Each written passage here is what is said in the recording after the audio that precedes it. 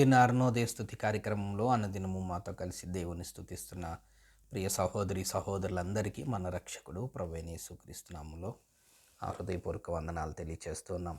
నేటి ఉదయకాలం ముందు మన స్తుతి అంశం, దేవుడు మనకి ఏమేమి తెలియచేశాడో వాటన్నిటినీ మనం గైకొని ఆ విషయాలు బోధించాలనే మాటని మనం జ్ఞాపకం చేసుకుందాం.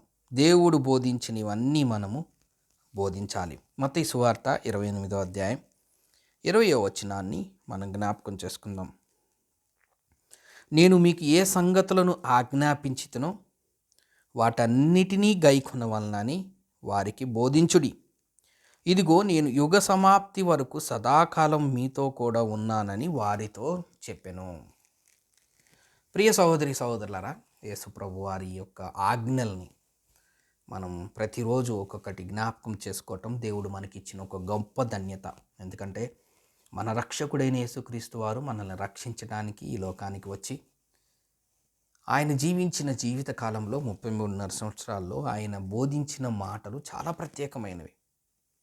నేను మాట్లాడిన మాటలు, మరొకరు మాట్లాడిన మాటలు అంత పట్టించుకోవచ్చు, కొన్నిసార్లు కొంతమంది గుర్తిస్తారు. ఈ లోకంలో గొప్ప గొప్ప నాయకులు చెప్పే మాటలు కూడా విలువ ఉంటుంది. నేను చెప్పే మాటలు కూడా కొంతమందికి విలువ ఉంటుంది.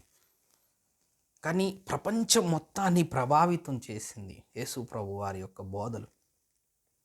ఎందుకంటే ఆయన రక్షకుడు, ఎందుకంటే ఆయన దేవుడు, ఎందుకంటే ఆయన సృష్టికర్త, ఎందుకంటే మనలందరినీ పాపము నుండి విమోచించటానికి ఒక దేవుడు మానవుడిగా వచ్చి చనిపోయి తిరిగి లేచిన అద్వితీయ కుమారుడైన యేసుక్రీస్తు వారు.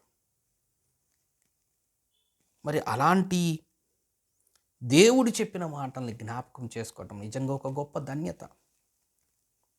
ఆజ్ఞ అతిక్రమమే పాపం. ఒకవేళ దేవుడు చెప్పిన మాటల్ని మనం వినకపోయినా, అదే క్రీస్తు ఆజ్ఞలను మనం టైటిల్ పెట్టుకున్నాం. దేవుడు ఇచ్చిన ఆజ్ఞలను మనం వినకపోయినా, వాటిని మనం అనుసరించకపోయినా ఆజ్ఞ అతిక్రమమే పాపం. ఆనాడు దేవుడు ఏదెను తోటలో సమస్తమును సృష్టించి ఆదాము అవ్వని పెట్టి సమస్తము మీద అధికారాన్ని ఇచ్చి, మీరు ఫలించి అభివృద్ధి చెంది నిండించి భూమిని లోపరుచుకొనడి, కానీ ఒకే ఒక చెట్టు ఫలము తినొద్దని చెప్తే ఆ ఆజ్ఞను మీరి ఆజ్ఞాతిక్రమం పాపముగా చేయబడ్డారు. ఆ పాపము లోకములో సంప్రాప్తమైంది. ఆనాడు అక్కడ ఆజ్ఞను మితిమీరారు. ఇప్పుడు కూడా యేసు ప్రభు వారు ఏమైతే ఆజ్ఞల పూర్వకంగా మనకి చెప్పారో అవన్నీ మనము పాటించకపోతే, అవన్నీ మనం వినకపోతే ఆజ్ఞను మీరినట్టే, ఆజ్ఞ అతిక్రమించినట్టే. యేసు ప్రభు వారు చెప్పిన ఏ ఆజ్ఞనైనా మనం పాటించకపోతే మనం పాపం చేస్తున్నట్లు. ఇక్కడ ఈ ఉదయకాలం ముందు మనం చదువుకున్న మాట, ఏ ఏ సంగతులను ఆజ్ఞాపించితినో, ఏ ఏ సంగతులను ఆజ్ఞాపించితినో. ఏ ఏ సంగతులు? ఎన్నో సంగతులు మనం జ్ఞాపకం చేసుకున్నాం. బైబిల్ గ్రంథంలో ఎన్నో సంగతులు ఆయన చెప్పిన మాటలు ఉన్నాయి. స్వయంగా యేసుప్రభు వారు చెప్పిన మాటలు బైబిల్ గ్రంథంలో లిఖించబడ్డాయి.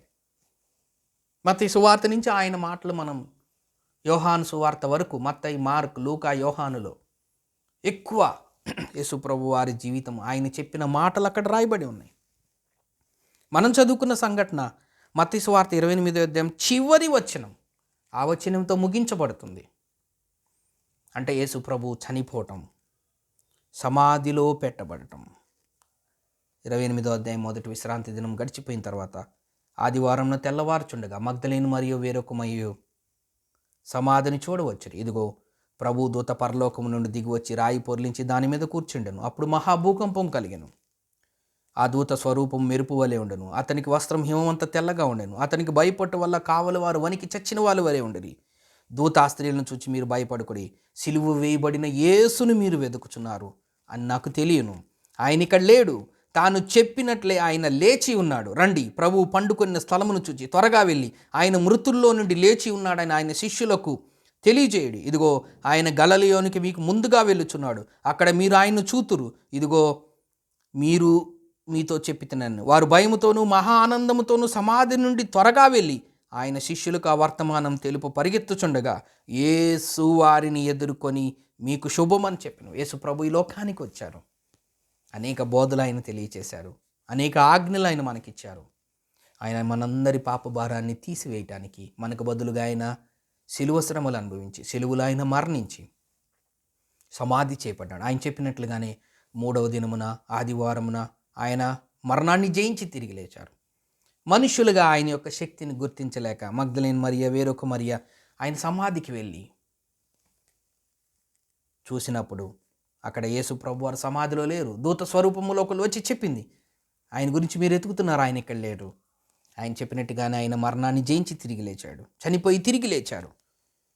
వెళ్ళి మీ శిష్యులకు చెప్పండి అని చెప్తున్నప్పుడు వెళ్తుంటే యేసు ప్రభు ప్రత్యక్షమయ్యారు. మీకు శుభం అని చెప్పాడు. వారు ఆయన యొద్దకు వచ్చి ఆయన పాదములు పట్టుకొని ఆయనకు మొక్కగా, భయపడకుడి, మీరు వెళ్ళి నా సహోదరులు గలిలీకి వెళ్ళని అక్కడ ఉన్న చూతురని చెప్పాను. అలా వాళ్ళన్నీ చెప్పుకుంటూ 16వ వచనంలోకి వచ్చేసరికి 11 మంది శిష్యులు యేసు తనకు నిర్ణయించిన గలిలయ కొండకు వెళ్ళిరి. వారు ఆయనను చూచి ఆయనకి మ్రొక్కిరి గాని కొందరు సందేహించిరి. అయితే యేసు వారి యొద్దకు వచ్చి, పరలోకమందును భూమి మీదను నాకు సర్వాధికారం ఇవ్వబడి ఉన్నది, కాబట్టి మీరు వెళ్ళి సమస్త జనులు శిష్యులుగా చేయండి. తండ్రి యొక్క, కుమారుని యొక్క, పరిశుద్ధాత్మ యొక్క నామములోనికి వారికి బాప్తిసమిచ్చుచు నేను మీకు ఏ ఏ సంగతులను, ఇది సందర్భం, యేసు ప్రభు చనిపోయి తిరిగి లేచిన తర్వాత శిష్యులతో కనిపించాడు. శిష్యులు ఆయనకు మ్రొక్కారు. కొంతమంది సందేహించారు, ఏంటి చనిపోయి తిరగటం ఏంటి, చరిత్రలో ఎప్పుడు జరగలేదు, చనిపోవటమే చూసాము, జన్మించటమే చూసాం, కానీ ఒక మనిషి జన్మించటం, జీవించటం, చనిపోవటం, తిరిగి లేవటం అప్పటి వరకు చరిత్రలో ఎక్కడా లేదు, ఇప్పటికీ లేదు. ఒకే ఒకసారి చరిత్రలో ఒకే ఒక సంఘటన, ఒక మనిషి పుట్టటం, జీవించటం, చనిపోవటం, తిరిగి లేవటం, అది యేసు ప్రభు వారి జీవితంలోనే జరిగింది. ఆయన ఒక్కడే మరణాన్ని జయించి తిరిగి లేచారు. కాబట్టి శిష్యులు సందేహపడ్డారు. ఆయన శక్తిని తెలిసైనా ఒక్కసారిగా సందేహం వచ్చింది. అందుకే దేవుడు చెప్తున్నాడు, నాకు సర్వాధికారం ఉంది, పరలోకమందు ఉంది, భూలోకమందు ఉంది, సమస్తము సర్వాధికారం నాకు ఇవ్వబడింది. మీరు వెళ్ళి సమస్త జనులకు శిష్యులుగా చేయండి. తండ్రి యొక్క, కుమారుని యొక్క, పరిశుద్ధాత్మ యొక్క నామములో బాప్తిసమియుడి. నేను మీకు ఏ ఏ సంగతులను ఆజ్ఞాపించితునో వాటన్నిటినీ గైకొనవలనని వారికి బోధించుడి. ఇదిగో యుగ సమాప్తి వరకు సదాకాలం మీతో తోడై ఉండును గాక. యేసు ప్రభు వారు ఏమైతే చెప్పారో అవన్నీ బోధించమని చెప్తున్నారు. ఈ ఉదయకాలం ముందు మనం చేస్తుంది కూడా అదే. ఆయన ఏ ఏ సంగతుల్ని మనకి బోధించారో ఆ సంగతులన్నీ బైబిల్ అనే పుస్తకంలో మనకు రాయబడి ఉంది. మనం తెలుగు భాష మాట్లాడితే తెలుగులో రాయబడి ఉంది, మరొక భాష మాట్లాడు మరొక భాషలో రాయబడి ఉంది. ప్రపంచంలో అన్ని భాషల్లో, దాదాపుగా అన్ని భాషల్లో ముద్రించబడి ఎవరికి అనుకూలమైన భాషలో వాళ్ళు చదువుకోవటానికి అందుబాటులో ఉన్నాయి. మనం ఏం చేయాలి అంటే, ఇదిగో ఇలాంటి కార్యక్రమాల ద్వారా, ఈ కార్యక్రమం యొక్క ఉద్దేశం కూడా అదే. ఏంటి, ఏ ఏ సంగతులు ఆయన ఆజ్ఞాపించారో ఆ సంగతుల్ని జ్ఞాపకం చేసుకుంటూ ఇలాంటి కార్యక్రమాల ద్వారా సంఘముల్లో, కూడికల్లో ఆయన గురించి ప్రచురం చేస్తూ ఉన్నాం, ఆయన గురించి బోధిస్తూ ఉన్నాం. కాబట్టి దేవుడు మనకిచ్చిన ఆజ్ఞలను, దేవుడు మనకిచ్చిన ఆ కట్టడలను, మరి ముఖ్యంగా నేను మీకు ఏ ఏ సంగతులను ఆజ్ఞాపించుతున్నాం, ఆజ్ఞలన్నీ మనం జ్ఞాపకం చేసుకుంటూ ఉన్నాం. కాబట్టి అట్టి జ్ఞాపకం చేసుకున్న ఆజ్ఞలను మనం సారికి అట్టి ఆజ్ఞలను జ్ఞాపకం చేసుకుంటూ మన జీవితాల్లో వాటిని అలవయించుకుంటూ అనేక మందికి ఆ సంగతులను మనము బోధించే వారిగా ఉండాలని ఈ లేఖన భాగం ద్వారా జ్ఞాపకం చేసుకుంటూ ఉన్నాం. దేవుడి కొన్ని లేఖన భాగములు మన కొరకు దీవించునుగాక. ప్రార్థన చేసుకుందాం.